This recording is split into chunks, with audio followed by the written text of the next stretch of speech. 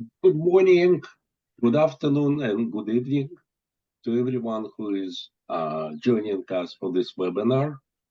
It's been a long tradition that Merck and NISS, National Institute of Statistical Sciences, organizing webinars on some topics which are on the minds of many statistical and data science and machine learning faculty people and people from the industry and the government.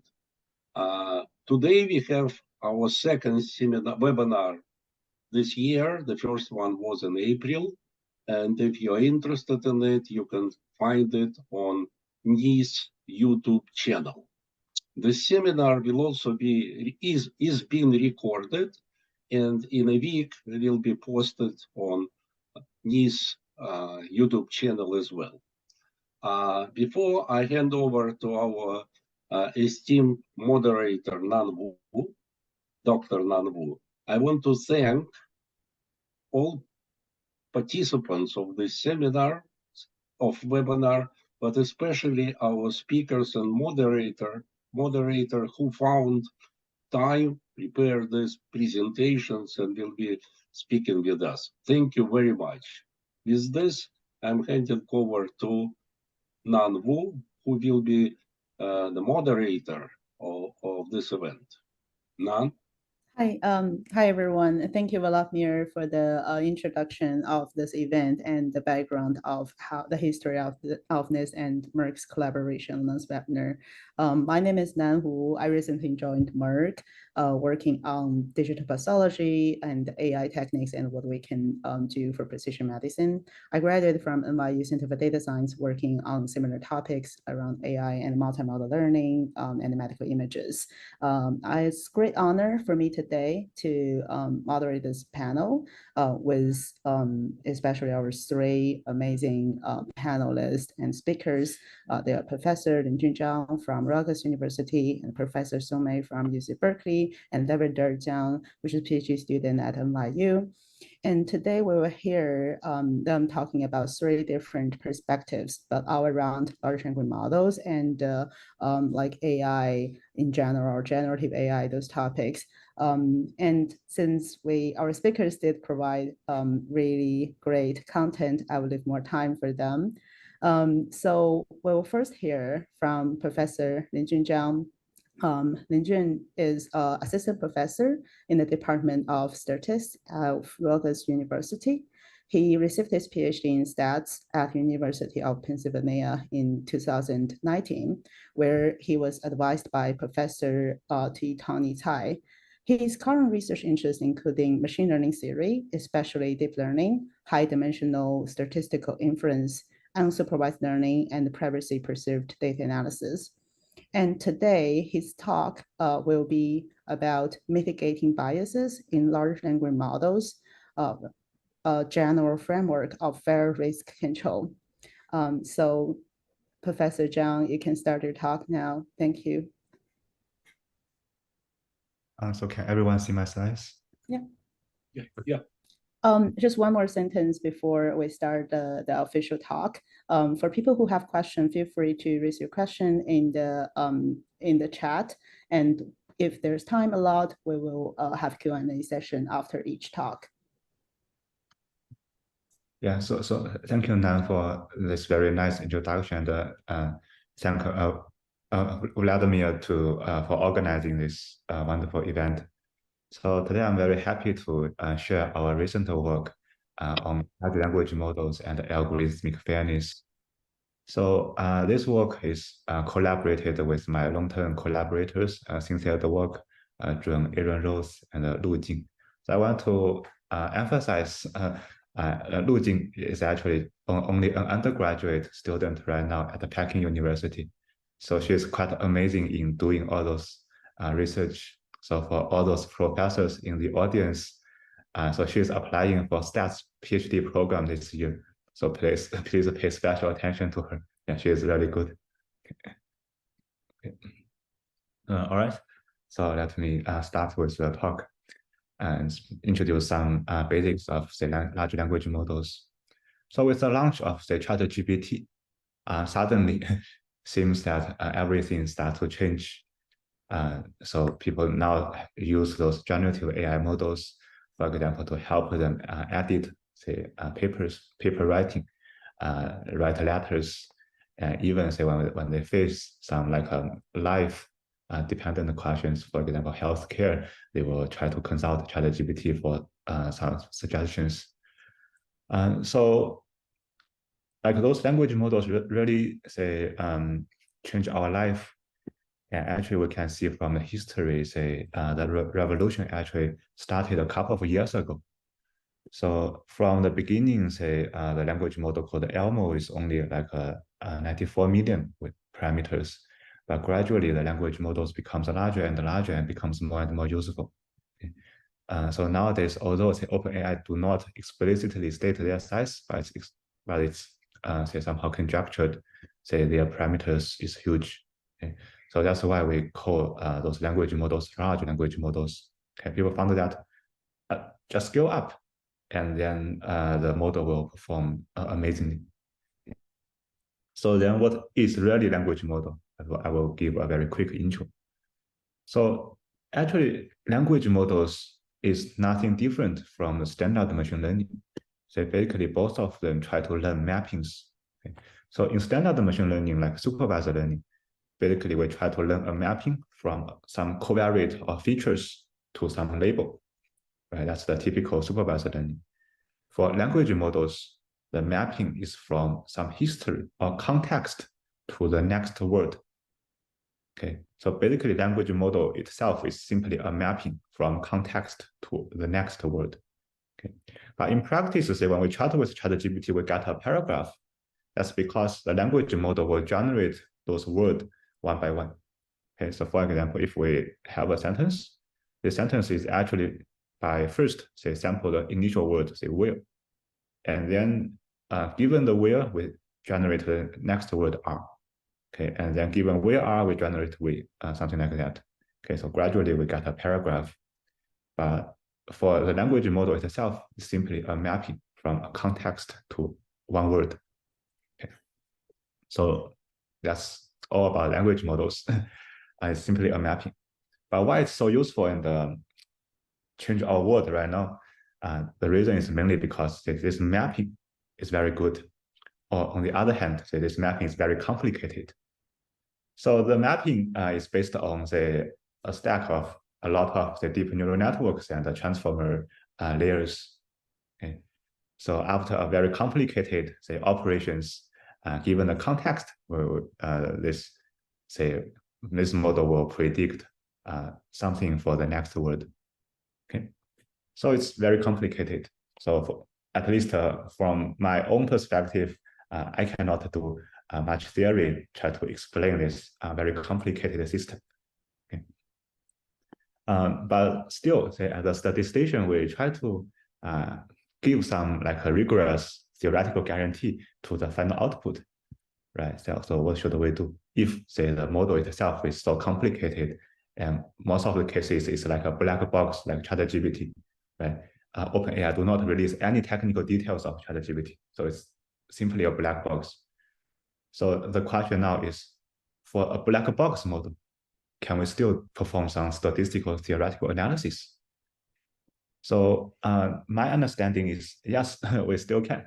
And the approach is, say, we can do this through post-processing.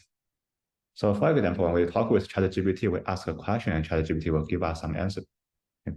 So we can post-process or revise the answer to get a new one.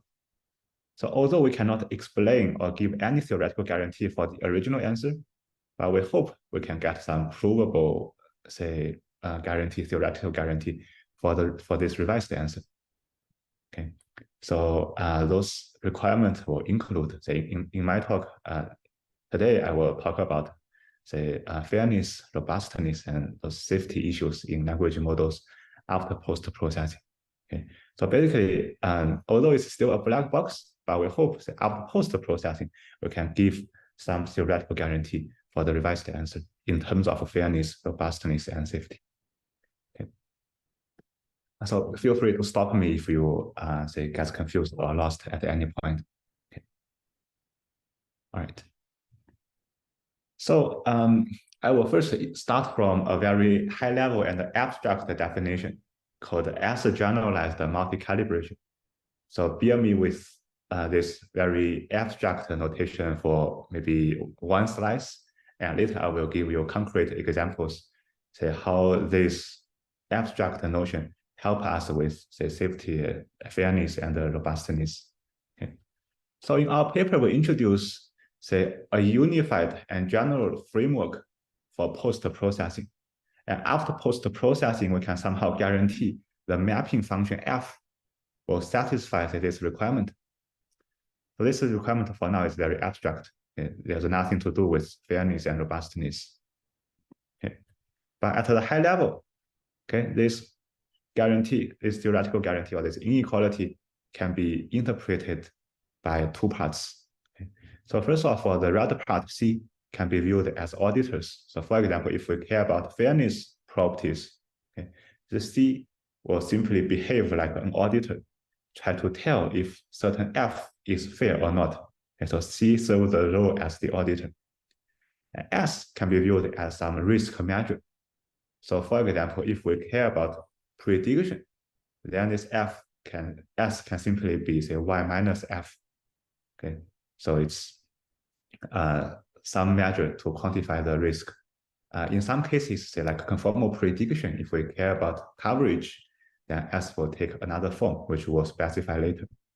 Okay, so basically, we try to provide a general framework such that after certain processing step, the predictor F will satisfy this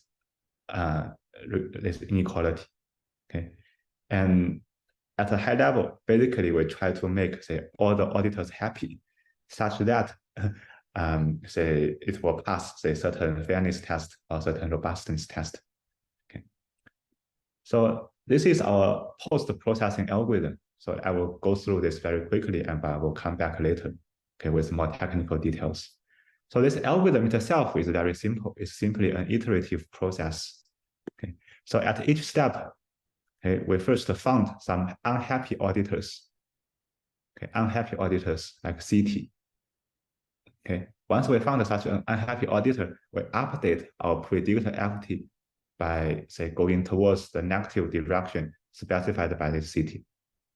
And we simply iterate this process until all the auditors are happy.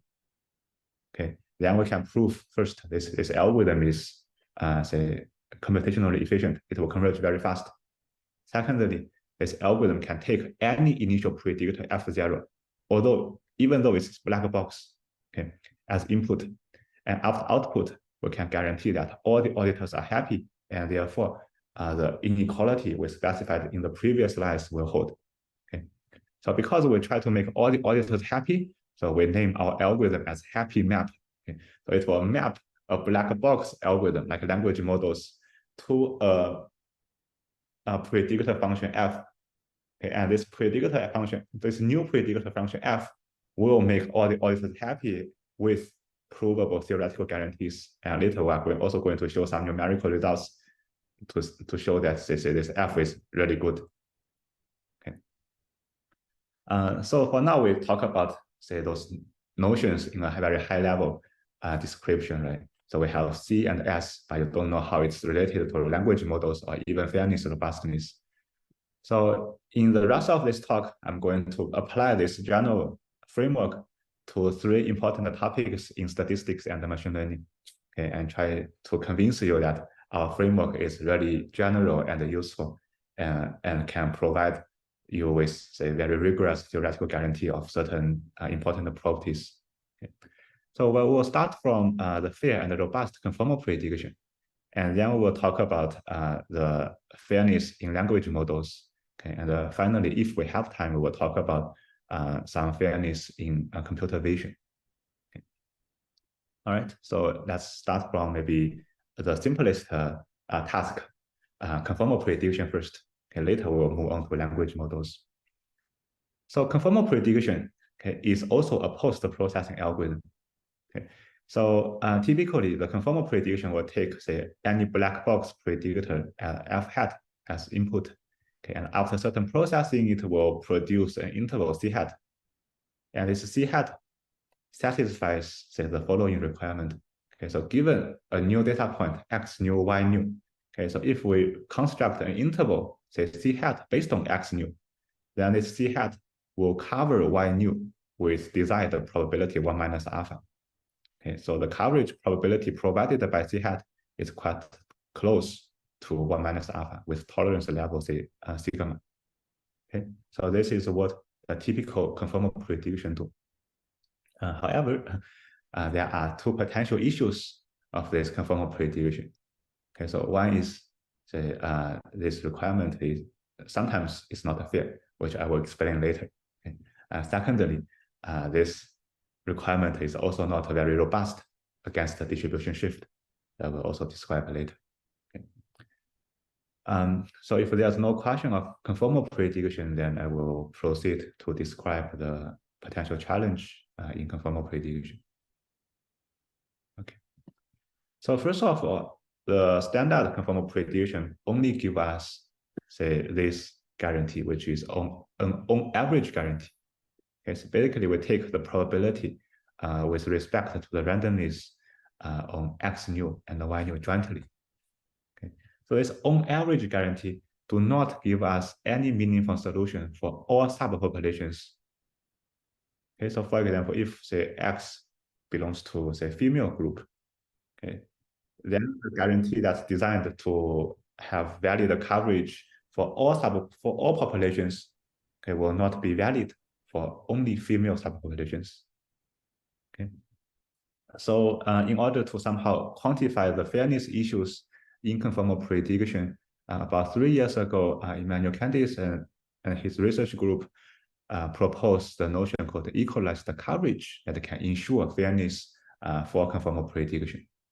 Okay, so basically, if we consider, say, a set of subpopulations A, okay, then the equalized coverage basically requires, say, the condition on the event that x new belongs to A. Okay, so for example, this new patient is female. Okay, given this event, the conditional coverage should still be somehow quite close to 1 minus alpha. Okay, so this is what people propose in the literature to guarantee the fairness for conformal prediction. And in the same paper, they propose an efficient algorithm that can achieve this equalized coverage. However, their work would require, say, all those A's to be disjoint. Okay, so this is their drawback. Okay, so they require this assumption, say all those A's should be disjoint. Then you will soon realize this is not a very good assumption, right? So for example, in practice, we will have a race group and gender groups, and those two groups are not disjoint, they are overlapping. And in many cases studied in algorithmic fairness literature, those groups will be even infinite. So if there are infinitely many groups, then definitely they will overlap sometimes. Okay. So the method basically proposed in the literature do not consider those important cases. So this is one drawback. But before I move on to the second drawback, I try to convince you that say infinitely many subgroups is indeed, say, an important concern. So let's give you a very say high-level overview of the algorithmic fairness literature. Okay. So typically in the machine learning community, okay, when we try to make an algorithm fair, okay, we need to first specify, say, what the groups we want to ensure fairness. So for example, before we say try to design a fair algorithm, we need to specify, say, we'll try to make the algorithm fair with respect to, for example, racial groups, or all those, say, male and female groups. Okay, we need to pre-specify those groups first, and then try to make the algorithm fair. Okay, so this is the standard approach in the literature. However, later people found that pre-specifying groups will have issues. So for example, the definition of gender will change over time, right? And also, say, there may be some demographic groups that do not advocate themselves such that the public realize their existence. So if we pre-specify those groups before we design an algorithm, okay, the resulting algorithm will be unfair to those, say, those groups. Okay, so there's an issue. Then somehow, in order to address this issue, the algorithmic fairness community proposed to define the groups, okay, by a set of classifiers. So for example, we simply try to ensure, say, the algorithm to be fair across all groups that can be identified by a logistic regression model with, say, bounded linear coefficients. Or, say, we try to make the algorithm fair with respect to all groups that can be identified by a decision tree with, say, depth at most 10. Okay, or we can also consider CNN, okay, convolutional neural network, if we consider an image problem. Okay, so such a definition actually already include all those groups of interest in the current literature. For example, if we consider CNN, okay, when we see an image, the CNN can predict or can estimate, say, the gender, age group, race of this person with very high accuracy. Okay, so the groups defined in this way already include, say, all those groups of interest right now. And if they will use this definition to define the groups that we want to ensure fairness, then definitely all those groups will be overlapping and they will be even infinitely many, right? So if we consider, say, this type of groups, then the previous, say, conformal prediction method will fail because they require this disjointness assumption. Okay, so we are going to use our general framework that I proposed above to address this issue. Okay, so this is the first, say, potential issue of the standard conformal prediction. The second potential issue is, say, the robustness against the distribution shift. So in many, say, machine learning practices in real life, okay, typically the test data will have a different distribution from the training data. Okay, so in this case, if we still want to ensure a valid coverage, for example, when X new, Y new come from a new test distribution, okay, and we want, say, the coverage under this new distribution should still be quite close to 1 minus alpha, what should we do? Okay, so the standard conformal prediction would require exchangeability or relax the notion of IID, okay, to make sure that the test data and the training data are somehow identically distributed. Right? So it cannot hold this case. Okay. So in this talk, we will specifically focus on the setting called the covariate shift, okay, where the distribution shift happens in the marginal distribution of X. Okay. But in the meantime, we assume, say, the conditional distribution of Y given X are the same across different distributions. Okay, there has to be some similarity between test and training distribution, such that we can transfer some knowledge from training to test. Okay. So one example of covariant shift is given here. So for example, we want to train a classification problem to classify if an image is a dog or cat. Okay. In the training time, we only see, say, those real animals image. Okay. But in the test time, we see the cartoon style. Okay. So for those two different distributions, the marginal distributions are different, but the conditional distribution of Y given X are mostly the same across different tasks. And so we want to ensure, say, valid coverage under this covariant shift. So as I mentioned, standard conformal prediction could not handle this case, but in the literature, there are a lot of researchers considered this type of problem. Okay. And one particular case is maybe the paper by Ryan Tibashirani. Okay, and basically they propose to say, use the density ratio to somehow adjust the standard conformal prediction such that it can produce a valid prediction interval, say, under covariant shift. Okay. And later on, people will come up with different variants. Say, if we can estimate this density ratio well, then we can somehow guarantee this valid coverage. Okay. So the prior work needs to either know or estimate this density ratio. Okay, this is the density ratio of the marginal distribution given X. Okay. So look at this assumption, then you will see there's a drawback. say, what if this density ratio is unknown or even cannot be estimated at all? Because in some real data examples, okay, when we try to say apply some method to a new data set, before we apply that method, okay, we may not see any data from this new environment at all. Okay, so in this case, if we don't have any data from the new environment, then there's no way to estimate this density ratio. Okay. So then what can we do in this case? Okay. And fortunately, our general framework can also be applied to somehow solve this challenge. Okay. So if you still remember our general framework, actually we just specify say the C and the S in our previous generalized framework to say indicate to those functions. Okay. Then interestingly, okay, just by specifying that C and S, we are able to recover say those two say fairness and robustness notions for conformal prediction. Okay, so basically we can rewrite the equalized coverage notion and the say coverage under correct shift notion using those two equations. And then basically by letting say C equals to the indicator function of X belongs to some demographic groups, and S say equal to this form. Okay, the previous S generalized multi-calibration notion will recover the one-sided version of say equalized coverage. Okay, if we specify say C equals to density ratio and S equals to this function, okay, then it will correspond to the one-sided version of say answer quantification and the correct shift. Okay, so once we do this, okay, again we apply this algorithm. Okay, but now with this specified C and S.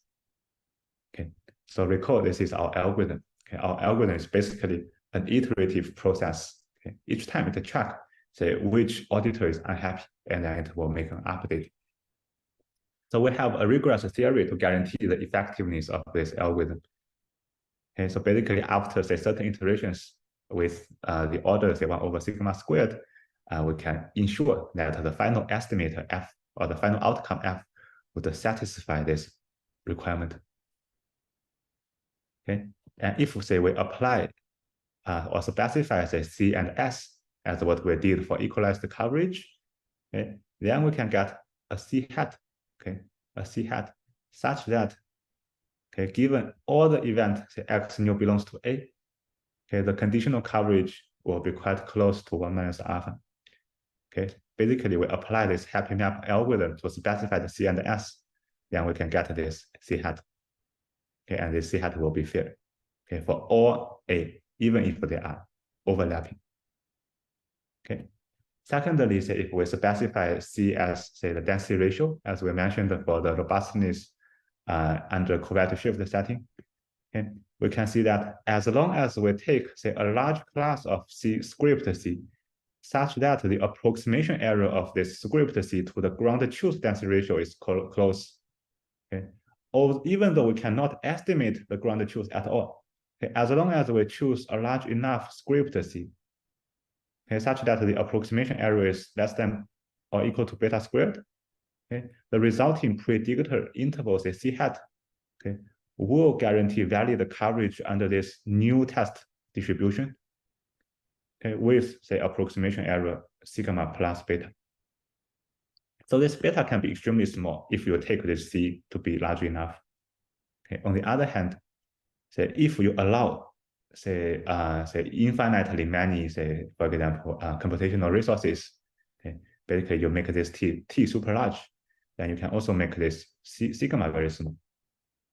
So if you allow say large computational resources and also say large neural network to reduce the approximation error, then okay, you can basically make C hat to be very good.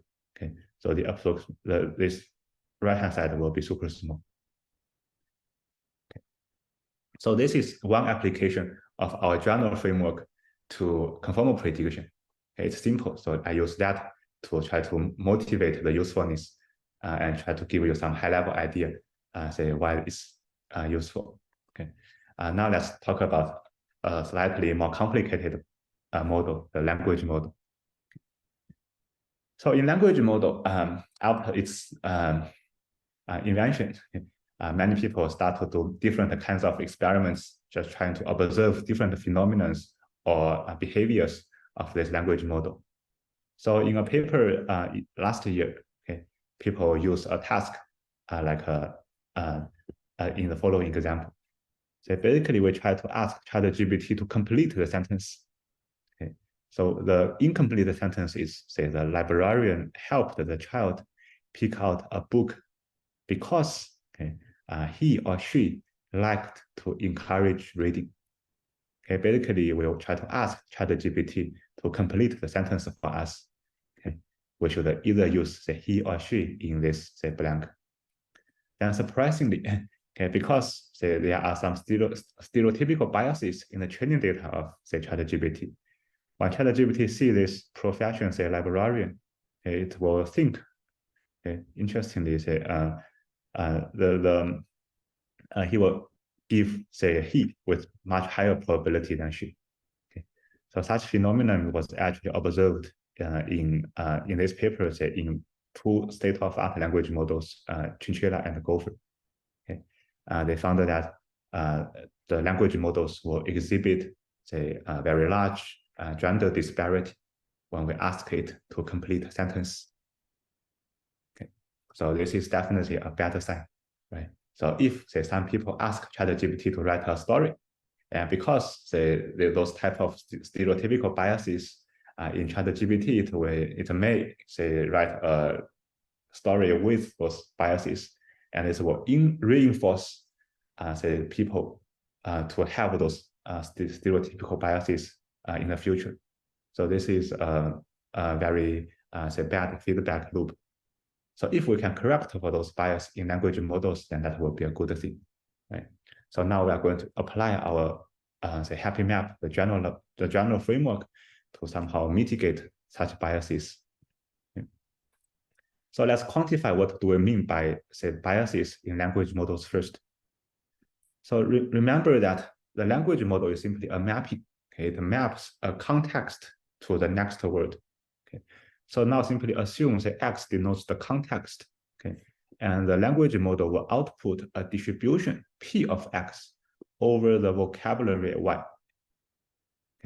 So namely, say, P of X is a probability vector over the vocabulary Y. And then the language model will try to sample one word. Say we denote it by O of X following the distribution P of X.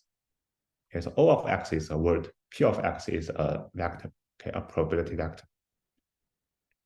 So we try to calibrate the output O of X, such that, say, for all T belongs to a script T. For example, those T can be, say, those gender-related pronouns like he or she. And for all A, for example, the librarian, those gender stereotyped professions, a computer scientist, say, nurse, doctor, etc. So we hope that when ChatGPT sees, say, those gender stereotyped professions, even if it sees those professions, the probability of OX belongs to T, should be independent, with the event that X belongs to A. So this is our fairness notion we considered for the biases, to quantify the biases in language models. So any questions for now? Great. So given this, say, mathematical formulation of the biases in language models, then we can directly apply our happy map and the generalized multi-calibration notion to this notion. Then directly, say, using the previous theorem, we get the following result. So basically, after the post-processing of a language model, we can guarantee, theoretically, for all those, say gender stereotypical related professions, it has nothing to do with the output of, say, the language model. And the bias is well controlled below sigma. We also did an experiment here. So because of our computational resources, we only perform the experiments for BERT, okay? An old language model. Llama 2 is too large for us. Linjun, sorry. And how do you do post-processing in this example? What do you do? So what we do is, say, for example, from BERT, we can get a probability vector. Sorry? Uh-huh. You will ask multiple questions and then do something, or what? Oh, so first of all, we have a data set for calibration. Okay, so this data set contains, say, for example, those incomplete sentences and say some blank. Okay.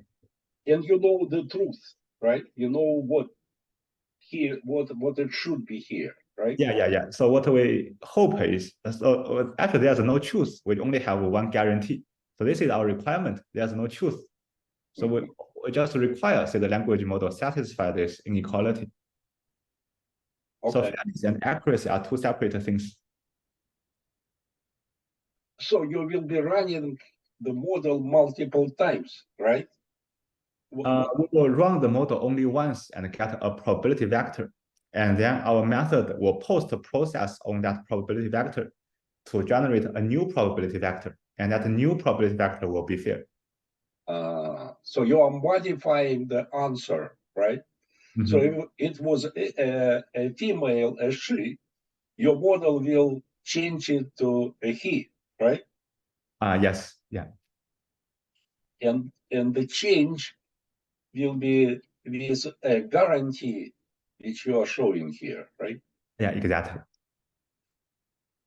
But isn't this algorithm very sophisticated and elegant? How you will change it? The algorithm of changing. So our algorithm will basically, so we will take ChatGPT, for example, as input. And all we need is ChatGPT give us a probability vector if we give it a context. I see. Yeah, then based on this, say, probability vector, we can perform post-processing to make it fair. I see. Yeah, but the utility is guaranteed by the original ChatGPT. And we will see, say, in our example, after post-processing, we do not sacrifice the utility that much. And this probability vector is available. I just don't know whether ChatGPT gives you this. Yeah, ChatGPT is, so if we use ChatGPT OpenAI API, they can give us the probability vector from GPT 3.5.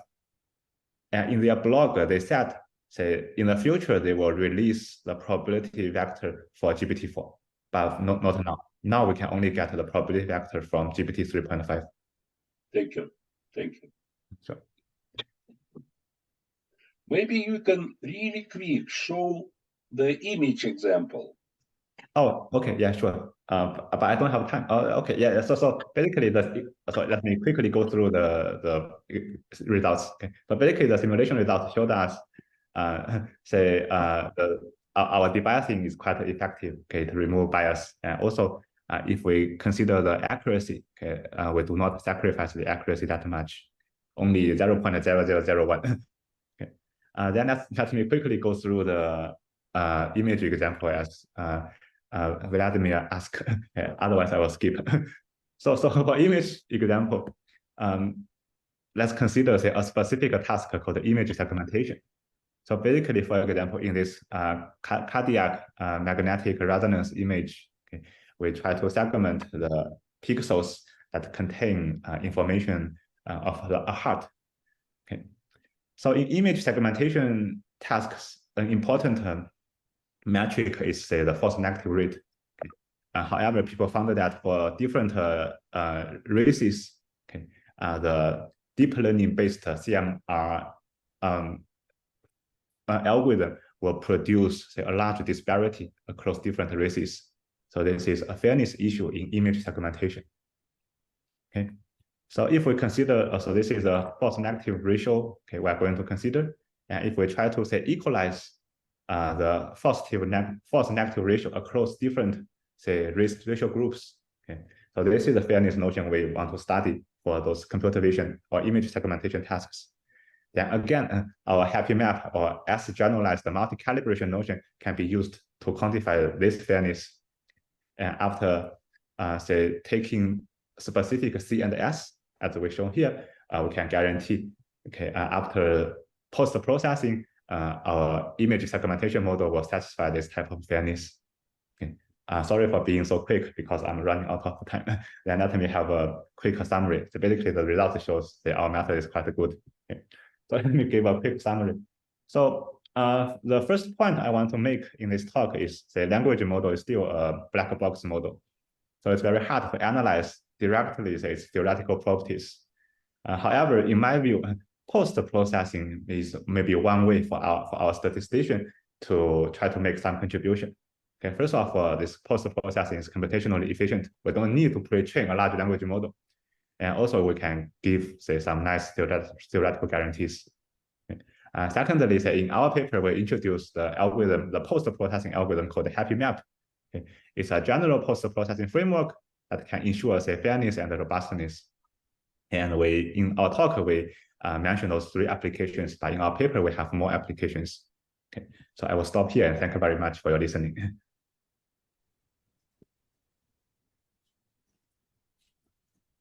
Zhang? Thank you, Linjun, for the great talk. I saw in one of our panelists, Lavender, actually raised her hand. Lavender, you have any questions? Oh, sorry, that's a mistake. I wanted to click clap, but that's it. Yeah. Given the time, also we don't see any questions from the Q&A, and just want to remind anyone, if you want to ask any question, please use the Q&A section in Zoom. Yeah, and thank you, Linjun, again for the great talk. And we'll move on with our next talk from Professor Somei.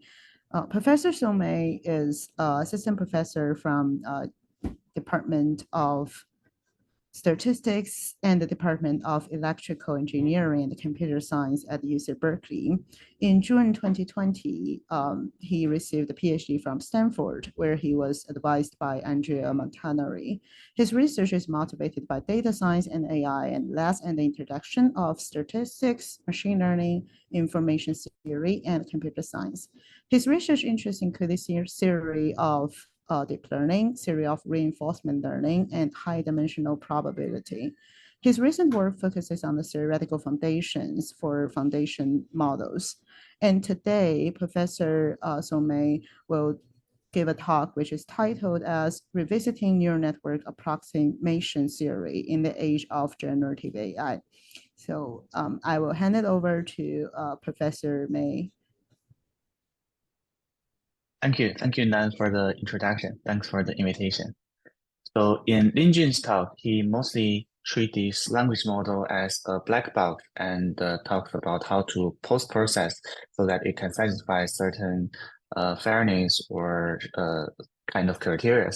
And in my talk, I would like to open up this black box a little bit and talk about the theoretical aspect of this language model and diffusion model. So this is based on 2 papers which are joint works with Yu Bai at Salesforce Research, my long-term collaborator, Fan Chen, who was a Peking University undergrad going to MIT for a PhD, Yuchen Wu from Stanford going to UPenn for a postdoc, and Huan Wang Caimingxiong from Salesforce Research. So traditionally, statisticians view neural networks as function approximators, which specifies the relationship between the input X and output Y. The classical textbook result says that one hidden layer neural networks are universal function approximators, which is able to approximate any function.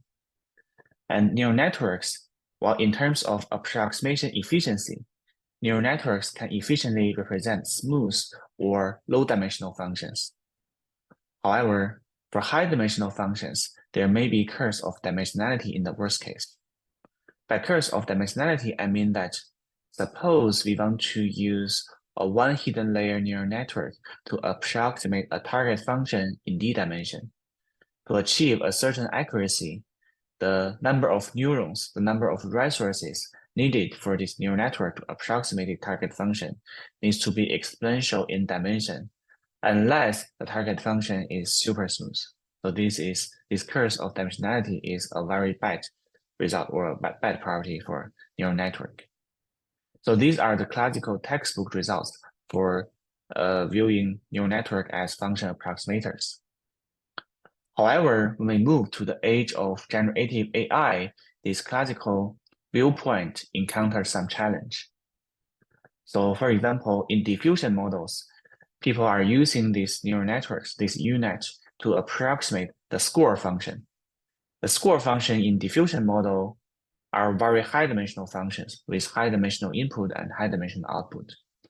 So classical textbook result says that there is a curse of dimensionality.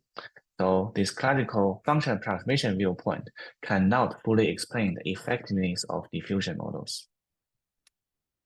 And in language models, people are using this transformer, these giant neural networks, to approximate these transition probabilities from a couple of words to the next word. And here, this transition probability is not a single function, but a sequence of functions with varying input dimensions. So the input dimension of these transformers are varying and are high dimensional. So it's not clear how this function approximation viewpoint can explain this effectiveness of language models. So to explain the effectiveness of these generative AI models, today I would like to put forth a new perspective of these neural networks. So I want to argue that neural networks are algorithm approximators, going beyond mere function approximators. So for now, this proposition seems a little bit abstract because you don't know what is the difference between functions and algorithms. So let me just explain these propositions through these two examples, language models and diffusion models. And hopefully after you see these examples, well, the reason why I argue that neural networks are algorithm approximators will become clear. Okay, so let's first go to the example of language models. Well, you know that language models are extremely powerful, and one powerful capability of this language model is called in-context learning capability.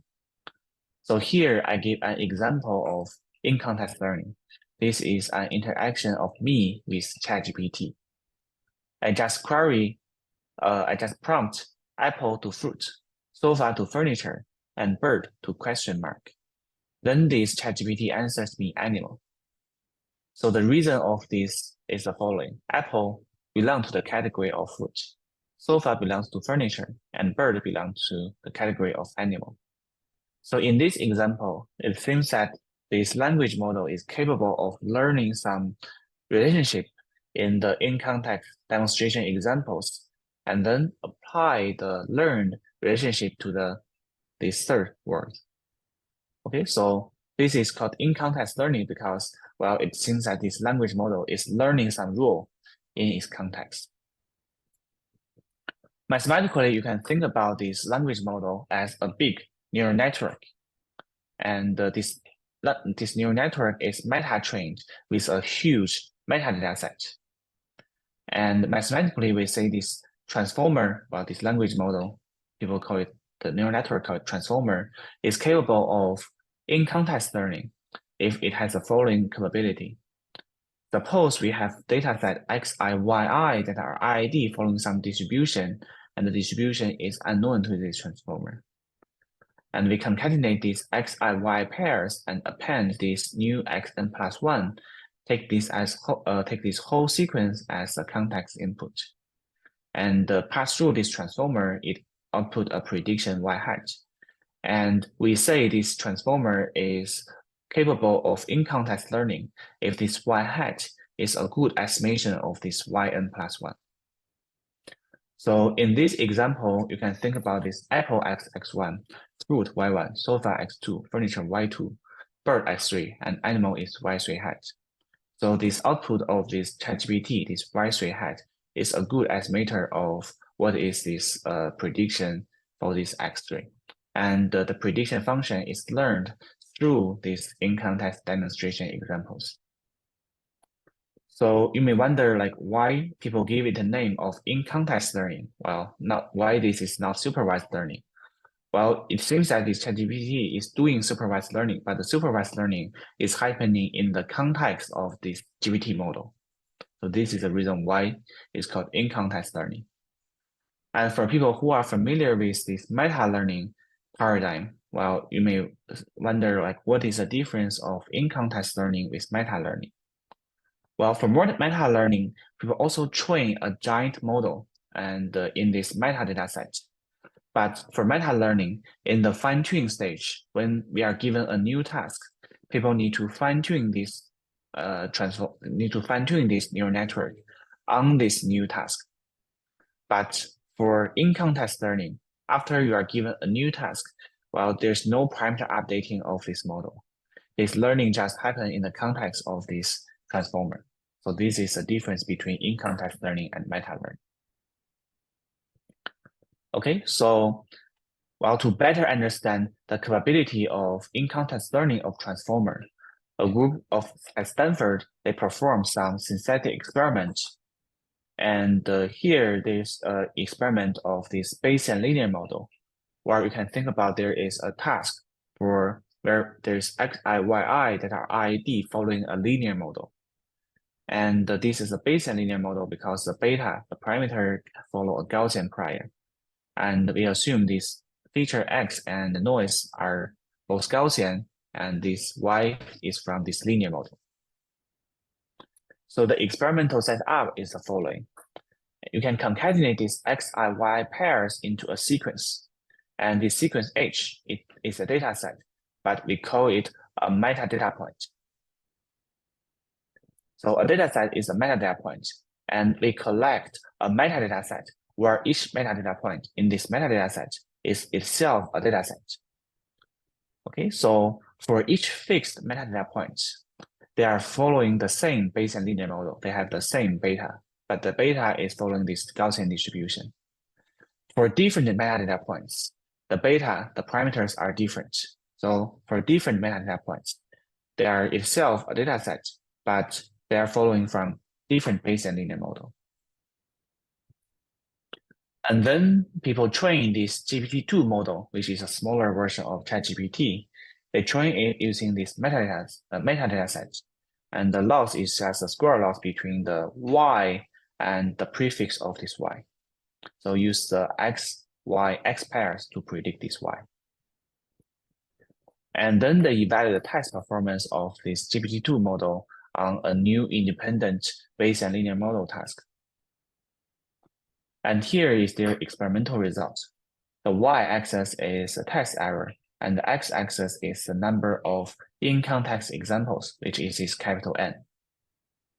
And as you can see that while the blue curve is the performance of this trained GPT-2 model, the green curve is the base optimal predictor in this Bayesian linear model. You can see that the performance of this transformer match the performance of a base optimal predictor, whereas the red and the yellow curve are some other predictor which are suboptimal. So this experiment demonstrates that this language model is not only capable of in-context learning, but it can perform this in-context learning in some optimal way. And this is very surprising. Okay, so in the following, I would like to theoretically explain why can transformers perform in-context learning.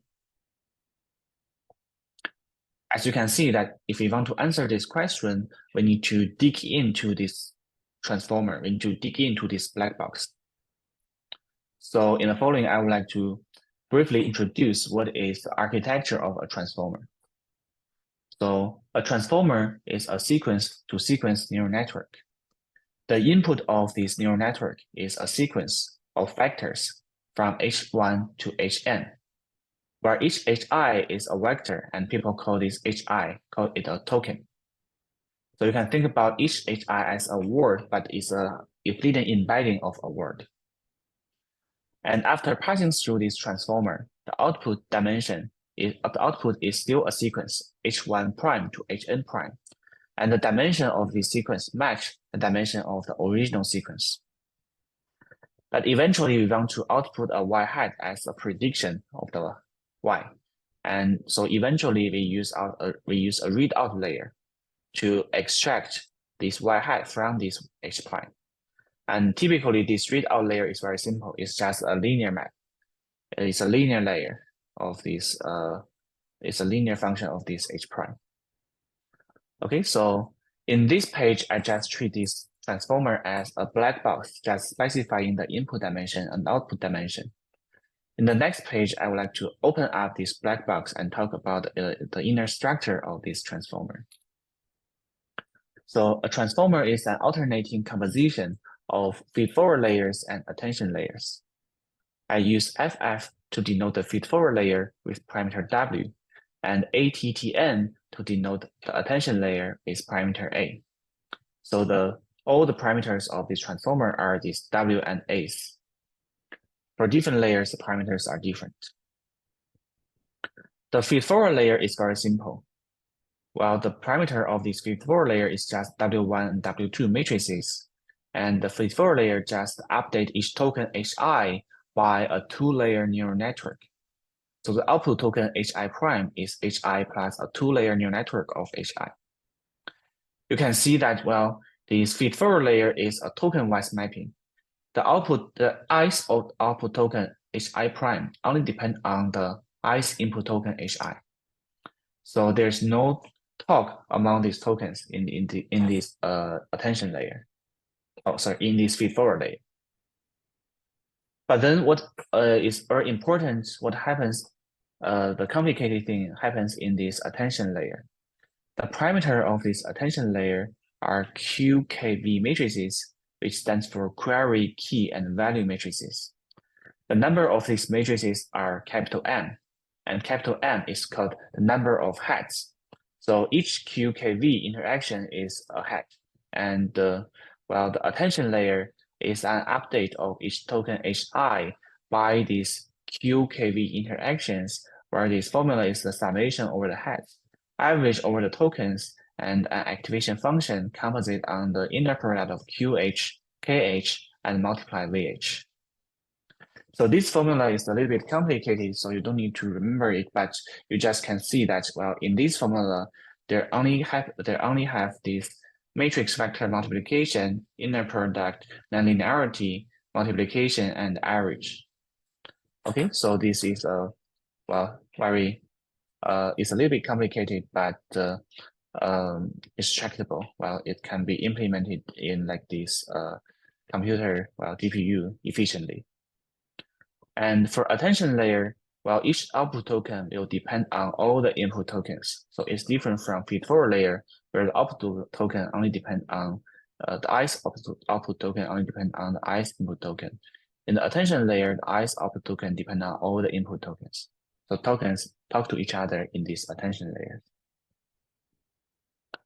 So I have introduced attention layer and feed-forward layer, and the whole architecture of this transformer is just the iterative composition of this attention and feed-forward layer, and eventually we use a readout function to read out this y hat. So in the following, I would like to explain how this transformer architecture can do in-context learning. So let's suppose we have a data set xi, yi, which are RID following a generalized linear model, where y is a function of the inner product of x and w. There's a ground truth w, which is unknown to this transformer.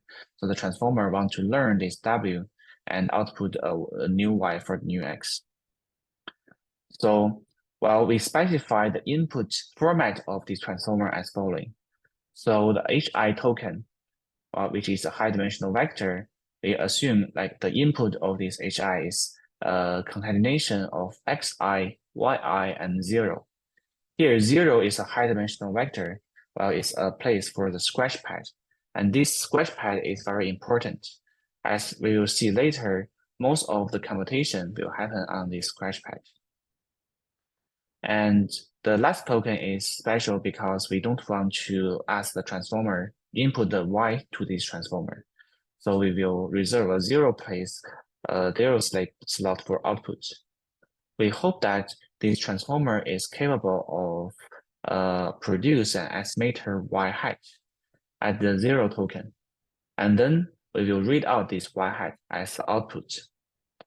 So the hope is that this transformer is capable of output a y hat that is a good estimator of this yn plus 1.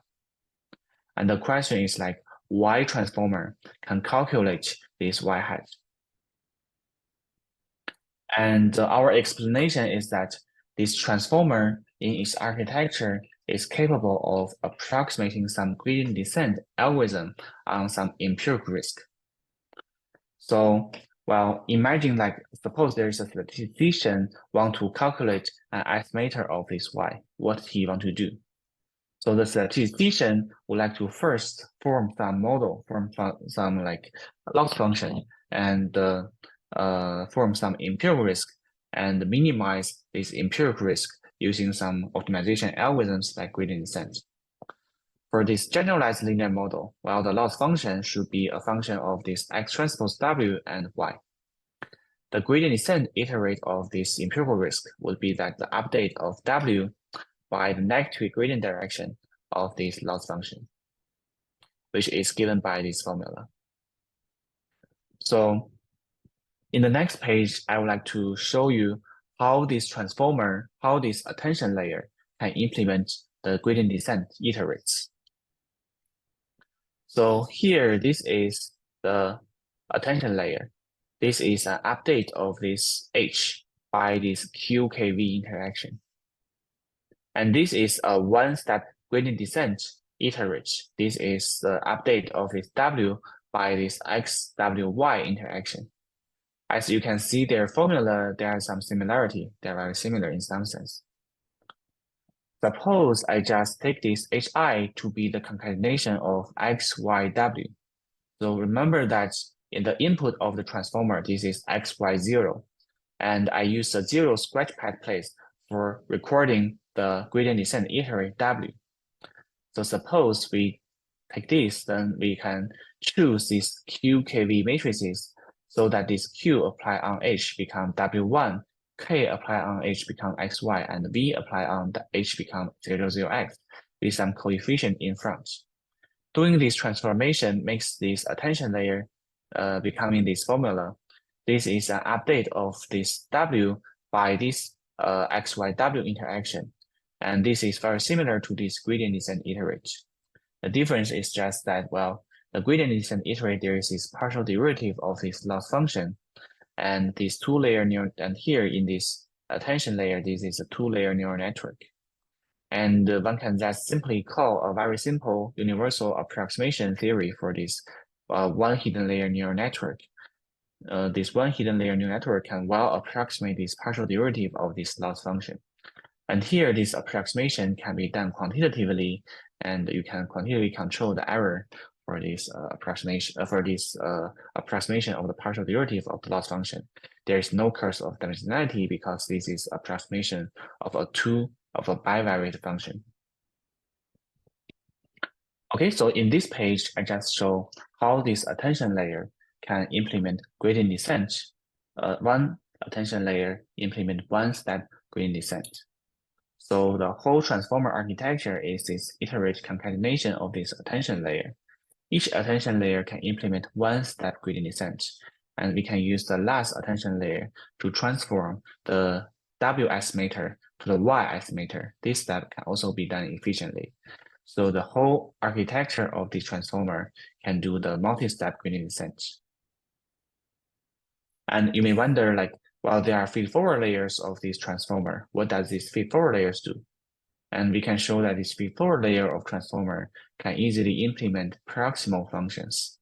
So this transformer with iterative composition of attention and feed-forward layers can implement proximal gradient descent. And these proximal gradient descent are natural algorithms for solving lasso or ridge regression. So not surprisingly, we can summarize this construction of this transformer to a concrete theorem for using transformer to approximate this ridge regression, logistic regression, and lasso iterate.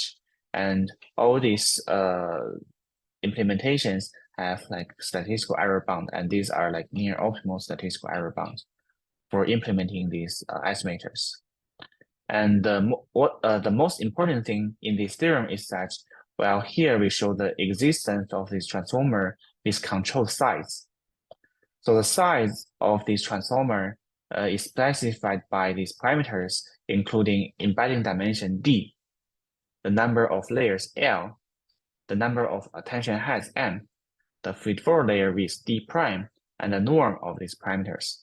So all these parameters control the size of this transformer. And in this theorem, we can show that, well, all these parameters are controlled by a mild polynomial. Well, actually, these are very good polynomials of this dimension D and the number of in-context samples N. Okay. So here in this theorem, I just say that, well, there exists transformer that is capable of implementing this algorithm. I don't say like in practice, well, this theorem doesn't imply that in practice, you can find this transformer using, well, you can find such a transformer efficiently. But in this page, I want to show that, well, actually there is a meta training process. You can just minimize some meta loss function and over this transformer class. And the minimizer of this meta empirical risk is capable of doing in-context learning with performance controlled by the performance of the theoretically constructed transformer, which implements this gradient descent iterates in its context, achieving the optimal statistical error, plus a generalization error. Here, this generalization error will scale polynomially in the size of this transformer and goes to 0 as the number of meta training samples goes to infinity. Okay, so suppose we instantiate this theorem into the lasso problem, where this meta data set is formed by this sparse linear model. And we can show that, well, the overall performance, well, the overall error of this in-context learning of this pre-trained transformer is controlled by S log D over capital N. For people who are familiar with lasso, this is the near optimal rate of lasso. And the plus square root of D to the fourth over little n, and this is the generalization error for this meta training process. Okay, so let me summarize the first part of this talk. I just investigated how this transformer is capable of in-context learning, and the explanation is that this transformer in its current architecture can implement the gradient descent algorithm. Okay, so this transformer is like approximating some algorithm instead of approximating some function. So it can explain the in-context learning capability of this language model. So I have a quick question. If in your example with fruit and furniture, the number n, the little n or the big N, which one is it? The capital N is the number of in-context samples. So the capital N is this number of XI pairs. In the first example, this apple to fruit example, this capital N is 3. And well, the little n is the number of pre-trained the number of like metadata points. Like so this Chat little n GPT, is, right? Yeah, the number of ChatGPT. samples used for Train this training the GPT. big model. Right. Yeah. So, and in practice, of course, it's very difficult to speculate how many in-context samples you need for maybe an example. What should be N, 1 or 10,000? So this capital N, the in-context sample, well, in the previous example is 3, right? So it's like not so large. Well, it depends on the accuracy you want to get, but maybe 3 is enough for a simple task. And while 3 examples seems to be very small for like data analysis, but you can think about maybe this is a sparse linear model where these features, where this like dimension is, intrinsic dimension is just maybe 1 or 2. So you can easily identify this task so that is like, you can think about this as like some sparse linear model. So 3 in-context samples can learn this model. In the last question, in context learning, when you interpret it as a gradient descent, is the training or change W's are changing through the utilization of these in-context samples, or the W's stay the same as from the large model? Your question is like, will this W stay be the same of this how this data set is this W, this iterate of this W? These are right. You are iterating the W's are weights of the neural network, right? Yeah. Oh, so you are essentially are changing a little bit the big model. Actually, this W is not the weight of the model. The W is a hypothetical memory of this model, and these QKV matrices are the weight of the transformer. Right. And they are fixed, right? The QKV, are fixed and are obtained by the meta training process. Thank you. Thanks for the. Go ahead.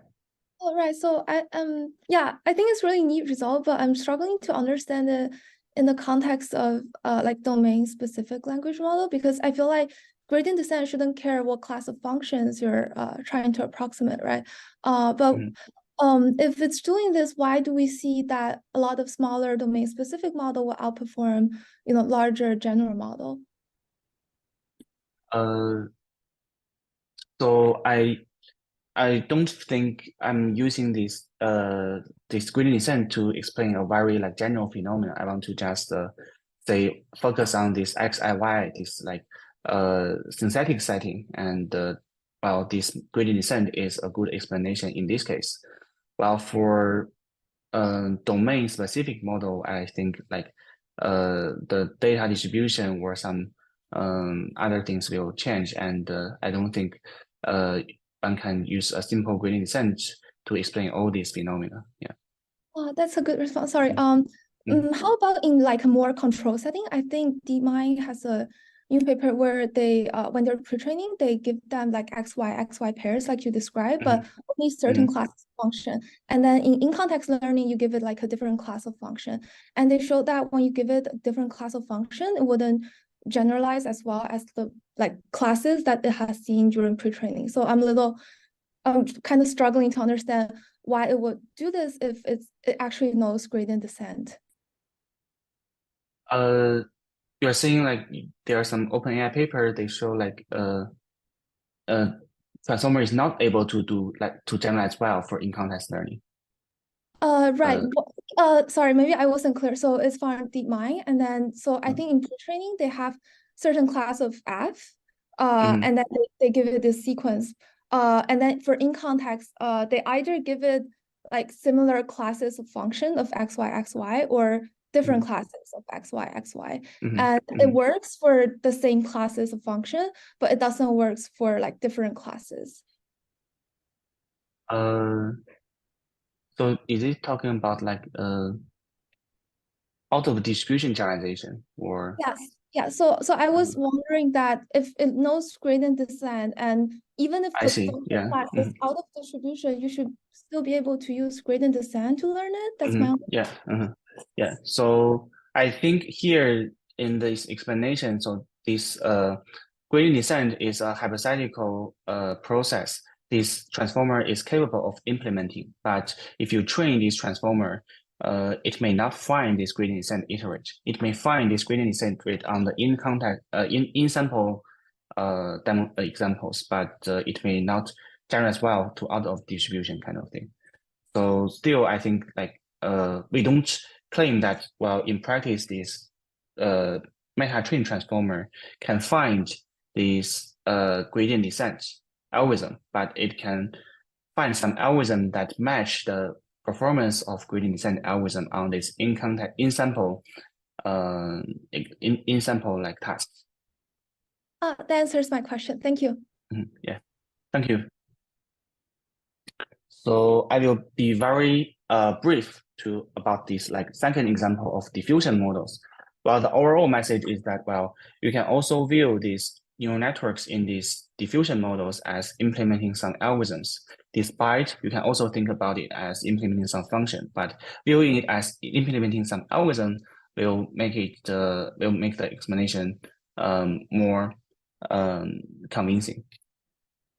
Okay, so here is a demonstration of what diffusion model can do. So I just prompt a sentence and it returns as 4 different images. You can see that all these images correspond to the sentence. So that means, well, diffusion model is just modeling some image of distributions. And well, mathematically, this diffusion model is a conditional generative modeling. It's solving this conditional is a generative modeling task where this diffusion model learns from these input images, and assuming this image from some distribution mu, this diffusion model is capable of generating a new sample from the mu approximately. And diffusion model do this generation task by a 2-step procedure. In the second step, the diffusion model starts from a white noise and iteratively apply a denoising network and use the last image as a clear image for our sample. And in the first step, the diffusion model trained these denoising networks using noisy image and clear image pairs. The noisy images are obtained by manually adding noise to the clear images. So mathematically, the first step is just to perform some empirical optimization over this neural network class and to use the noisy image to feed the noise. Whereas the second step, the denoising process, you can model it as a stochastic differential equation from some white noise initialization, applying this SDE, and you get the final sample YT, which is X hat. So this is a clear image. And there is a theorem guaranteeing that suppose we have infinite sample following this distribution mu, and we have the function class is super rich, and there's no utilization error, time is infinity, then you can get this approximate sample of this X hat to be exactly sampled from mu. But the question is like, in practice, we only have finite sample and finite function class. So the question is like, what happens when we only have finite resources? To understand this question better, we need to dig into the first step to think about like what happens for this empirical optimization. So the population risk minimizer of this empirical optimization is called the score function, which is a gradient of log of mu-t, where mu-t is a distribution of a noisy image. So the question is like, why this score function can be efficiently learned by neural networks. And the classical viewpoint, well, can explain this. Well, if you think about this neural network as a function approximation, function approximator, then these recent papers explain that, well, suppose the target distribution is smooth, and then the score is a smooth function. Because neural network can approximate smooth function, so neural network can approximate the score function. But the drawback of this explanation is that for high-dimensional distribution, high-dimensional functions, there is a curse of dimensionality. It requires the size of this neural network sample size to be exponential in dimension to well learn these score functions. Okay, so this classical viewpoint has a limitation in explaining the effectiveness of diffusion model. And our explanation is a little bit different. It's from the algorithm unrolling perspective. So assuming this image distribution follow from graphical model, like this Markov random field, where each pixel represents a node in this graphical model, and adjacent image correspond to this H.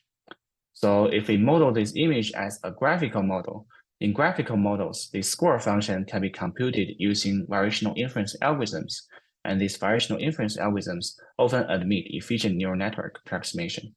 So this will give you an alternative explanation of why this diffusion model score function can be efficiently represented by neural networks. So mathematically, we assume that the image distribution follow from a Ising model. The Ising model is like exponential of a quadratic potential, but restricted onto this +1 - 1 cube.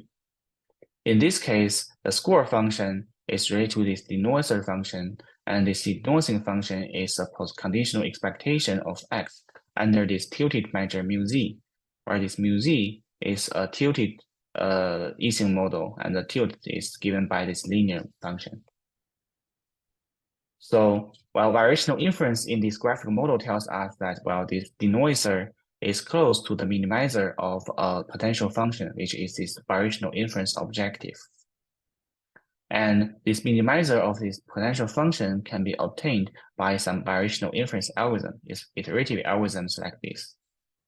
And here, this iterative algorithm, you can see that, well, it can be well approximated by a ResNet. Okay, so here this is an illustrative figure to say that, well, this variational inference algorithm, in below, well, given some construction of these feed-forward layer weights, this feed-forward layer of this ResNet can approximate this variational inference algorithm. Okay, so not surprisingly, well, we can assume make this to be a concrete theorem, assuming that, well, the denoiser can be approximated by this minimizer of the potential. We can show that the score function can be well approximated by the neural network, and we can control this digitization error. We can control this like sampling error eventually. So this theorem is a little bit abstract, but we can illustrate it more concretely using a concrete model, which is called the Sherrington-Kirkpatrick model. We are assuming this coupling matrix is following a Gaussian random matrix. Well, we can show that, well, this estimation error, the denoiser estimation error can be controlled by like 1 over dimension. So that means to achieve like epsilon square sampling error, we need the sample size to be 1 over epsilon to the 18. So here 18 seems to be a big number, but the key is that this is a polynomial. In comparison to the function approximation viewpoint, they need the sample size to be 1 over epsilon to the power of d. D is the dimension, and for image distribution, dimension may be huge, like 1,000. So this is exponential in dimension, whereas this is a polynomial in the error. So this means that this algorithm approximation viewpoint has no curse of dimensionality. Okay, so this is like a super fast overview, but let me summarize the talk. So in this talk, I introduced a new perspective, which is that neural networks are algorithm approximators more than function approximators. And this explains the expressivity of neural networks in language models and diffusion models. And this new perspective will open up many research directions, which I will not introduce in detail. And this concludes my talk. Thank you. Thank you, Zhang, for the great talk. I will just quickly introduce our next speaker, Lavender, and you can also start to share your screen. Linjun has a question. No, I don't have a question. I just want to raise a thumb, but yeah. And again, if anyone from the audience who have question, please go to the Q&A session, and our speakers will be here and they will answer your question in text format. And if we will have time after this final talk, we may have the Q&A session with all the 3 speakers. But now let me introduce Lavender, our next speaker. So Lavender Jiang, she graduated from CMU in electronical and computer engineering and mathematical science. She's now a PhD student at NYU Center for Data Science. She is interested in natural language processing and its application in healthcare. She's the lead researcher and principal engineer of NYU Trom, one of the world's largest and most sophisticated effort to study large language models in healthcare. While at CMU, Lavender had the pleasure of working on signal processing in neuroscience and robotic projects with Dr. Jose M.F. Mora, Paul Kickover, and Howie Chauset. In her free time, Lavender enjoys cooking, bouldering, and playing video games. And today, Lavender will introduce her work on health system scale, large language models, and all-purpose prediction engines. So I will now pass the time to Lavender. Thank you, Nan. Hi, everyone. This is a joint work by NYU Langone Health, and then NVIDIA, and also the ML for Language group at NYU. I'm very fortunate to have a lot of collaborators. So there's a lot of PhD students, medical students, NVIDIA engineers, hospital engineers, and doctors who help me with all the work, and it's impossible without them. I also have a lot of advisors like Anthony from NVIDIA, Ian and Eric from the hospital, and Kyung Hyun Cho from NYU to help me. It's impossible without them. So I know we don't have a lot of time today, so I'll try to be quick. I'll first go over the background of our study, and then I'll talk about our method really briefly, and then discuss some of the results. So this is our lab mascot. He's called Otto, and that's why we're called OLAB. Also, our PI is called Orman, so OLAB and Otto. He's very cute. Okay, so let's start. So this is where I go like maybe 3 times a week.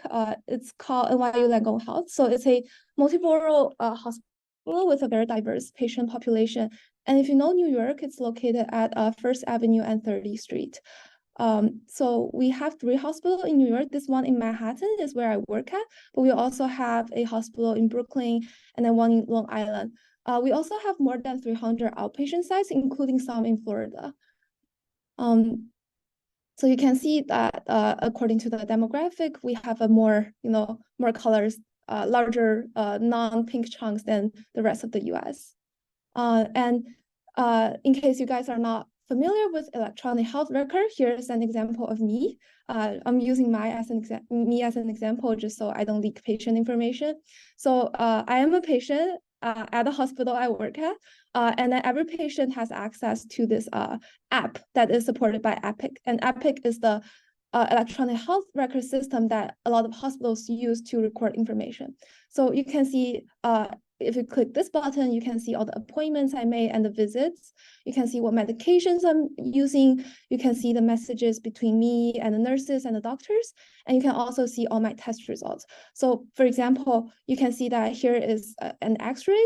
You can see the image of my x-ray and also what the radiologist is saying about my chest. And thankfully, it's normal. So I have access to this kind of electronic health record from Langone, starting from January 2011 up until now. But for this research, we used 10 years from January 2011 to May 2020.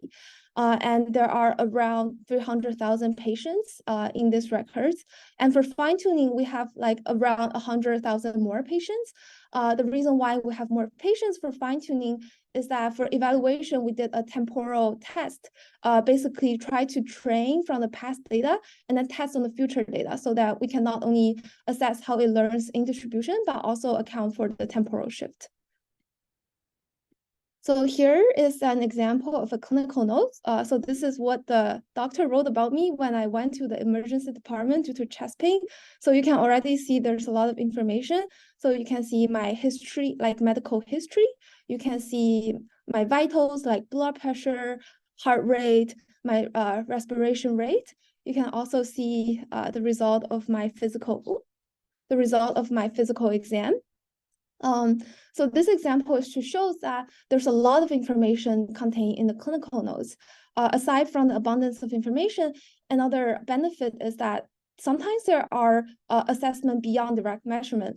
Like for example, sometimes the doctors will write that the patient is homeless. So you can take this social determinant of health factor into account when you're making decision. So if you're a statistician or, I don't know, data scientist, when you see this wealth of data, it's very natural to think that let's build some sort of predictive model with it, to help with the hospital operations and hopefully improve the quality of healthcare. However, so actually people have tried to do this in the past, and they actually work pretty well, but they're not used in practice. And so this kind of problem is called the last mile problem. And let me try to explain why it is the case. So all the information I mentioned before, like lab measurements and imaging, they are stored in a structured format, mostly, and in the hospital's database. So you can think of them as a giant Excel sheet.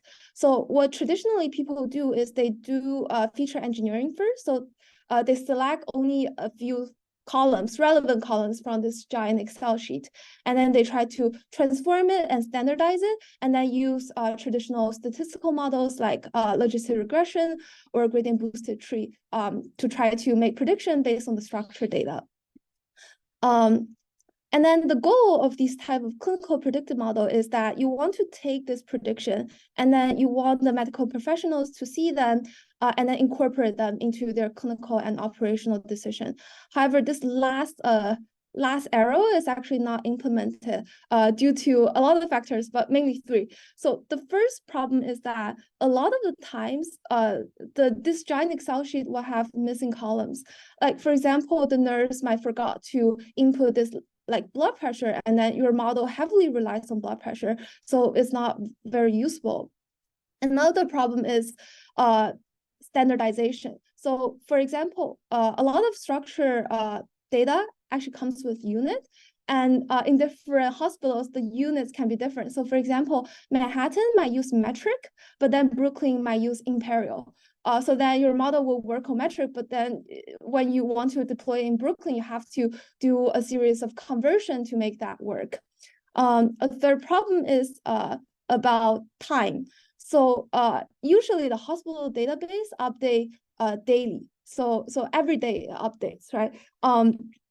So that means that if you have a really urgent case, like for example, I'm lying in the emergency department and the doctor needs to use a predictive model to get a real-time prediction, you just don't have time to wait till the next day for the database to update the most recent information for you to make an up-to-date decision. So how do we tackle these problems? So the observation is that all these information, the most relevant one, are actually integrated in the clinical notes. So instead of working with a giant Excel sheet, we can actually directly start from the clinical notes. And we know that language models are very good at handling text, so we decided to use language models to read those clinical notes. And we decided to train our own language model from scratch rather than continue to pre-train or fine-tuning an off-the-shelf language model, because clinical notes have their own idiosyncrasies. So they look very different than the text you will encounter on Reddit or when you're reading Wikipedia. So after we pre-train the language model, we can then fine-tune them with labeled clinical notes to a variety of clinical and operational tasks. So for our language model, we use around 7 million notes over the spans of 10 years, and they include all types of notes, so like discharge note, history and physical notes, and radiology notes. In total, the corpus has more than 4 billion tokens. And then for fine-tuning, we tested them on 5 different tests. So there are 3 clinical tests that aims to help the physicians. So one example is we look at their admission notes, and we try to predict how likely would a patient die in the hospital before discharge. Knowing this information will enable the physicians to prioritize resources on high-risk patients. An example of operational tests is to look at the patient's admission notes and then predict how long they will stay in the hospital. This will help the administrator run the hospital more efficiently, because they're basically running it like a hotel. So you need to know how long each patient will stay in order to decide, can we admit new patients? So I'm not going to go over all 5 of them in details, but I will talk about 30-day all-cause readmission prediction, because it is the task that the hospital cares a lot about, and also it's a very well-studied problem in the traditional clinical prediction field. So basically, we frame the 30. So the question about this is, you want to look at their discharge note, and you want to know how likely would they come back within the hospital within 30 days. This is an undesirable event, because if they come back prematurely, then a lot of times it means they are not cured. So it's a reflection of the quality of care, and we want to prevent this when we can. Another reason why they care a lot about this is because when people who use Medicare or Medicaid come back prematurely, hospital actually gets a lot of fine. I think it's around $10,000 per patient. So we labeled these discharge nodes with binary tests. So it's 1 if they come back prematurely and 0 if not. And you might be wondering, oh, so is there some sort of signals in our discharge nodes? And there, so here I plotted a word cloud for you to see some of the words that distinguish non-readmitted patients from readmitted patients. So you see that a lot of readmitted patients actually have very chronic disease like lymphoma, which is a type of cancer, whereas non-readmitted patients tend to have milder disease like pancreatitis. There are also some social determinants of health. Apparently, if you have friends who will take care of you after you leave the hospital, you're less likely to come back. So now you see that we have a unifying approach that, instead of going from the Excel sheet and then do feature engineering and transformation, we can directly go from text and feed that to our pre-trained language model. And it will give us a probability that indicates, the prediction of an event, and it will be used by the hospital and the doctors and the administrators to make decisions in real time, because once after they finish typing the notes, we can do real-time inference. In terms of method, I think there's a typo in the introduction. So our model is actually not the largest clinical model. I think the largest clinical model is maybe MedPalm, but they were not pre-trained from scratch. So our model is actually relatively on the small size. So it only has around 100 million parameters with 50,000 tokens and a maximum sequence length of 512. And it's a BERT model. So instead of doing the next token prediction, it's like saying, given a document, we try to mass out words randomly, and you try to predict the mass words based on the context. We train the model using 24 A100s over around 3 weeks. And then the fine-tuning method is pretty standardized. We just follow what Bird and Roberta do. We attach a randomly initialized linear classifier at the end of the pre-trained model and then fine-tune them end-to-end. So for our evaluation, we did both the random evaluation and the temporal evaluation. So you can see that our data is from January 2013 to May 2021, and this is the random split. So here we have the train validation and test set. But then the test set here is only testing if we could learn, the pattern from the same time. So we also added a temporal split that is, 6 months ahead of the entire random split. So this would tell us how well this model generalized when there's a time shift. After we did the random validation and the temporal test, we were pretty confident about the model. So we froze the model and then we did a silent deployment for 4 months. So this is like testing in the wild, because then we stop modifying our model and just observe what happens in the wild. Eventually, we would like to do an interventional perspective evaluation. So we don't just do silent deployment. We would like to see that if the model flag a high-risk patient and we actually implement intervention, for example, having nurses to schedule follow-up calls so that the patients know how to take medications. If we do intervention based on the model's alert, can this actually lead to better healthcare outcomes? So we don't have a lot of time, so I guess I'm only going to talk about very briefly the results, and if there's questions, I can talk more. So the first observation is that temporal test is definitely harder than a random test. So you see that all the curves on the left are from the same time split, so no temporal distribution shift, and then on the right, those are temporal tests. So you can see that the right curves are generally lower than the left curve. Another observation is that language models are able to benefit more from the increased amount of data. So this plot is somewhat complicated, but let me go through it. So you can see that this green curve, this teal curve is neutron, and then this yellow dotted curve is LACE. So LACE is one of the traditional model that I mentioned. So it uses 4 kinds of structure features, and then it uses regression to predict whether a patient will come back prematurely or not. So you see that when we only have 100 fine-tuning examples, neutron is actually worse than the traditional model on both same time test and temporal test. However, as we increase our number of fine-tuning examples to 1,000, it started to catch up. And to 10,000, it increased more, and then to 100,000 increased more. Whereas for the yellow curve, so the structure baseline, it starts to plateau.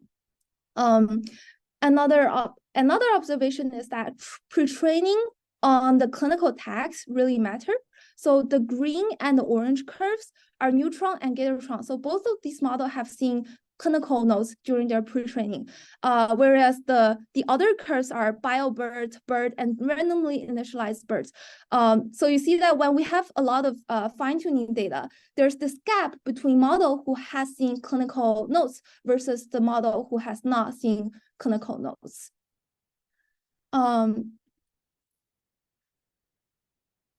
Okay. We also compare neutron with physicians. I gave them 100 notes, but they were really busy, so they were only able to do 20. So basically, I asked them, oh, look at this distributional and try to guess whether or not the patients will come back or not. And the gist is that neutron actually is better than the median physician. So the blue triangle here, but it's still worse than this one physician. And from what I heard from my advisor, this is the most senior physician. So we mentioned that there was this comparison between the language model and the structure baseline on readmission tests. Actually, it outperforms other structure baseline for all these 5 tasks. Aside from the benefits of better accuracy, another benefit we now get is we have a unifying representation. So we don't need to do the feature engineering for each task. Now we just directly go from label text. The last result I would like to share is this fun experiment we did. So a lot of people will ask me, oh, but you do this in NYU. What if I want to deploy it at, Florida or in Mount Sinai, a different hospital? What will happen? So we tried pre-training in Manhattan and fine-tuning in Brooklyn and vice versa. And what we basically find is that although in pre-training in your own hospital is like good for fine-tuning, but as long as you have enough fine-tuning, like local fine-tuning data, it is okay to have an externally pre-trained language model. As long as you have enough local fine-tuning data, it will actually perform pretty well. Cool, that's all I have. Thank you.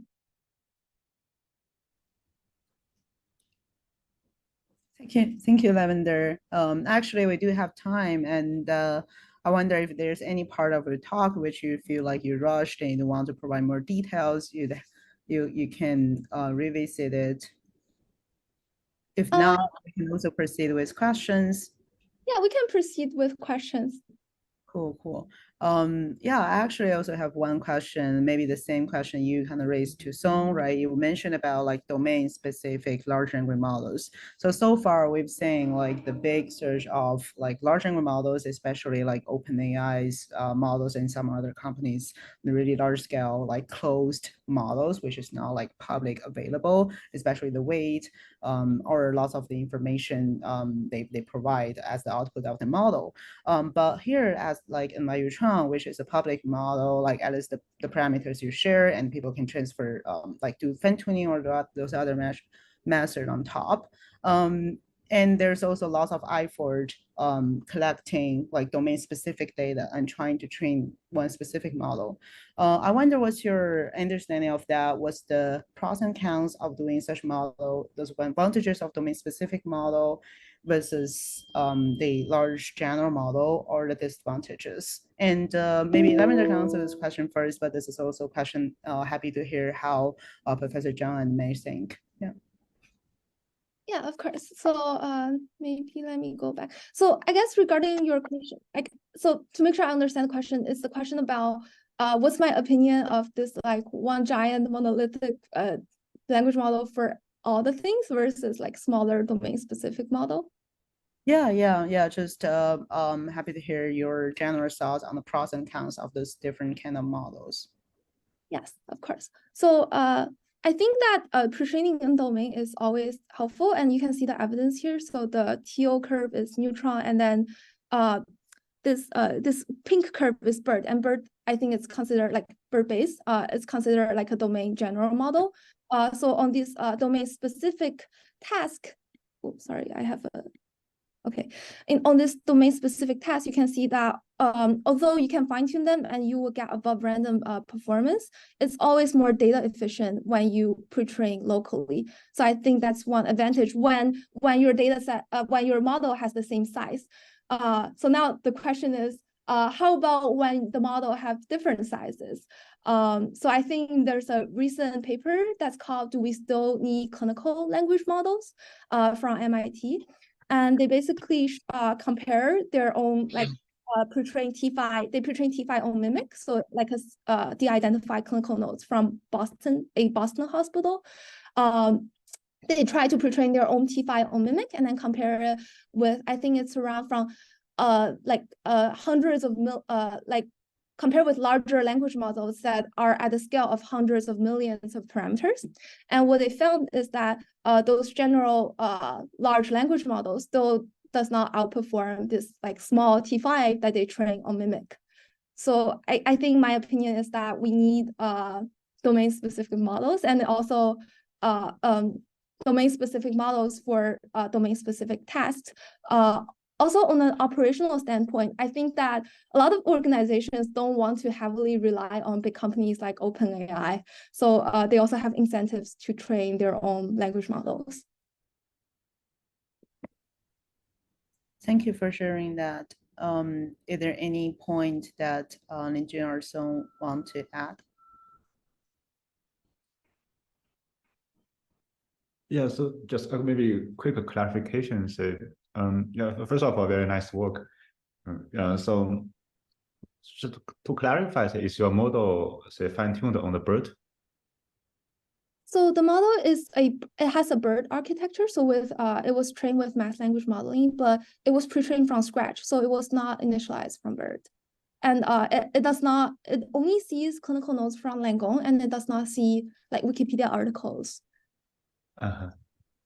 Yeah, so I also wonder, say, when you try to say, for example, predict if the patient will go back within like 30 days or something, sometimes the data is in tabular, right? Just like in traditional statistical problems. So we not only have like those clinical notes, we may also have some tabular data. So is there a way to like combine possibly say both types of data? Sorry, I just realized I was muted. I would say yes.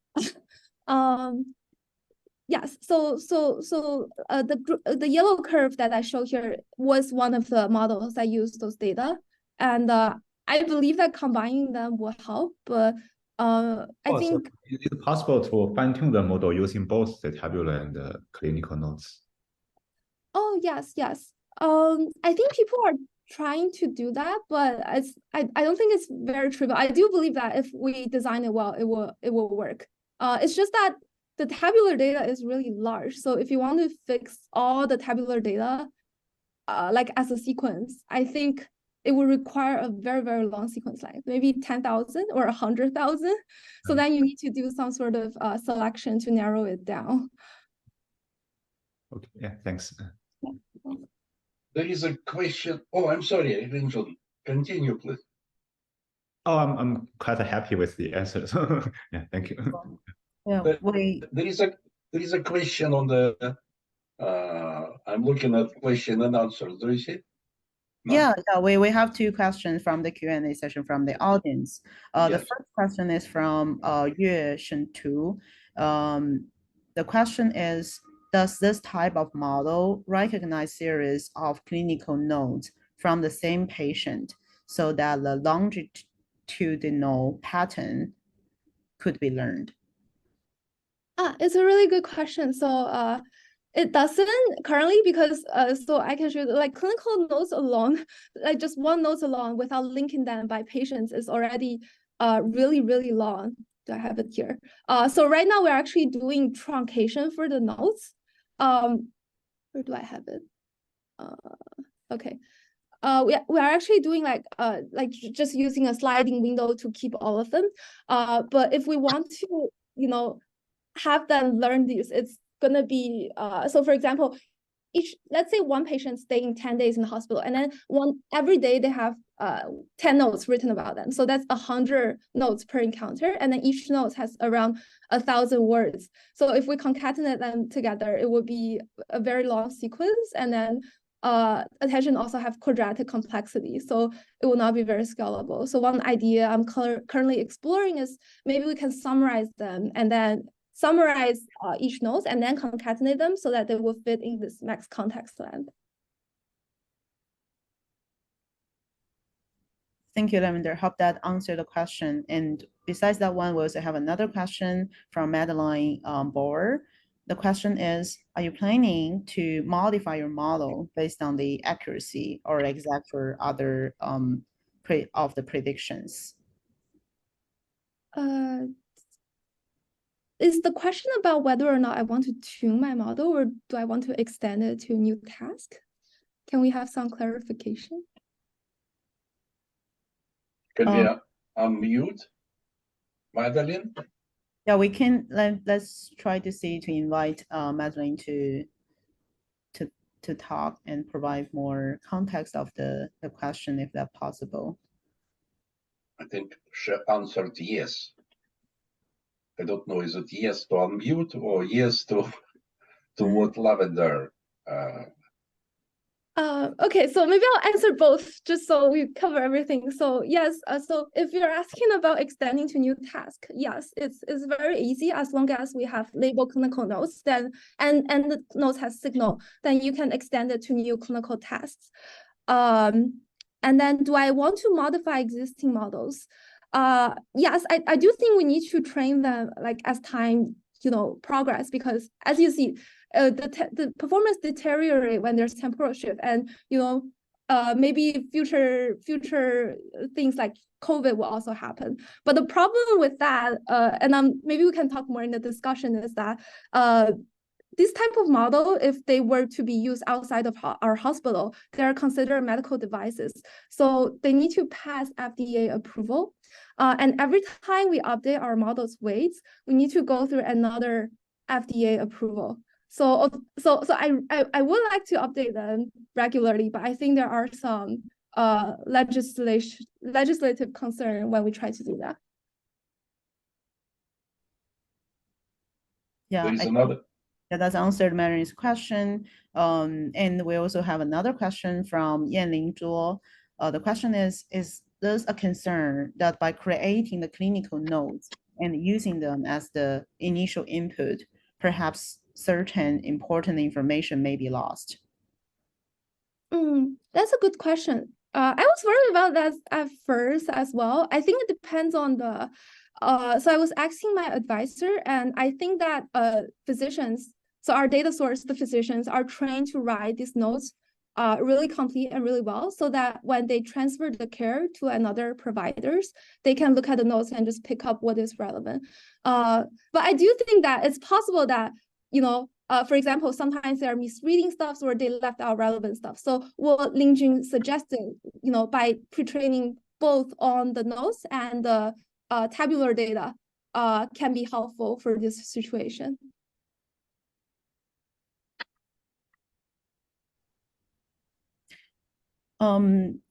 Okay, so far we don't have any questions from the Q&A, but I do have a few questions prepared, especially given our understanding of most of our audience are coming from biopharmaceutical domain as statisticians or other professionals. Today's talk, I think, covered really well from 3 perspectives of large language models or AI, like Linjun provided the example of how our method, how can we better improve their performance on this general framework, not only for large language model, but for other like machine learning models. And so also discuss about how can we actually, what can we do to understand those models, especially given like it's very hard to explain them theoretically, but at least there's any way we can understand them. And Lavender provide a different perspective from like domain specific models versus those general model. And given those, I have a more general question for all the 3 of you, which is So given all those progresses in AI, and how can organizations effectively implement and integrate those advanced, no matter language models or whatever models, into their existing workflows, and what are the challenges might they face in the process? How about we start with Linjun as the order of the speakers? Yeah, sure. So to me, a language model simply performs maybe a new tool to analyze, let's say, the data in the text form. So like before, maybe the launch of ChatGPT, most of the, say, data-driven companies, say, analyze the data in the tabular form. But now with, say, ChatGPT or those large language models, we are able to analyze the data in the text form. So this is a big change. So in terms of, say, what type of efforts that the company want to do, to me, say, if, say, well, so it depends on maybe the goal of the company. Say, if the company simply try to analyze the data, then possibly they only need to like fine tune, like Lavender mentioned, say, like we fine tune a language model using some specific data from the own company and get a personalized language model, so that say for all the future text data, okay, we can use a language model maybe to transform the text data to a vector or tabular data in the form of tabular data. And then we can perform the standard data analysis. So that's one approach. The other is, say, if the companies want to like have new branch or task. For example, we want to have new applications of language model, like for example, using language model for customer service. Then that's a different story. So for that purpose, possibly the company need to purchase, for example, all those 800 computational resources in order to maintain, say, a service for those language models, because it's like a new branch. So that to me depends on the context. Say if the goal is still, say, for example, design a better medicine, as what Merck did, then possibly we only need, say, have fine-tuned the model once, maybe once a year or once every 2 years, then transform all the text form data into tabular form and using the standard approach. Yeah, the other is if you want to have a new branch and create, say, new venue of profits, then that's another story. Thank you, Linjun. We can move to Zhang. Yeah, thank you for the question. So my viewpoint is that these language models can help us to automate many workflows. Traditionally, we think that is hard to automate. For example, when statisticians want to analyze the data, like they need to perform like data cleaning, select models, train models, and test the behavior. But in this process, the statisticians need to make many decisions. For example, like how to fill the missing data, how to choose the models, choose linear model or kernel methods, how to choose hyperparameters, etc. And all these things, traditionally, we think that is hard to be automated because they need human to be involved in the loop. But I think all these things can potentially be automated by these large language models. And they are typically like, I think there are 2 levels of automation. One level of automation is that, well, that is easy to realize, which is that humans just give language model natural language instructions, like fill the missing values, fill the missing data by the means, or like choose both kernel methods and linear models and see which test error is smaller. So what I just said are like the natural language instructions to the large language model. And these large language models is capable of automating all these instructions and write the code and do the experiment for you. So I think that's the first level of automation.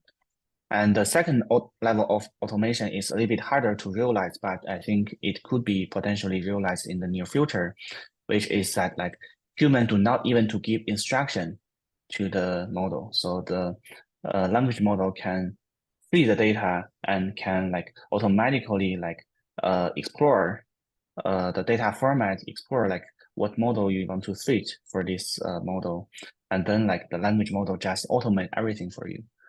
I think like yeah, so overall I think like the language model is capable of like automate many workflows.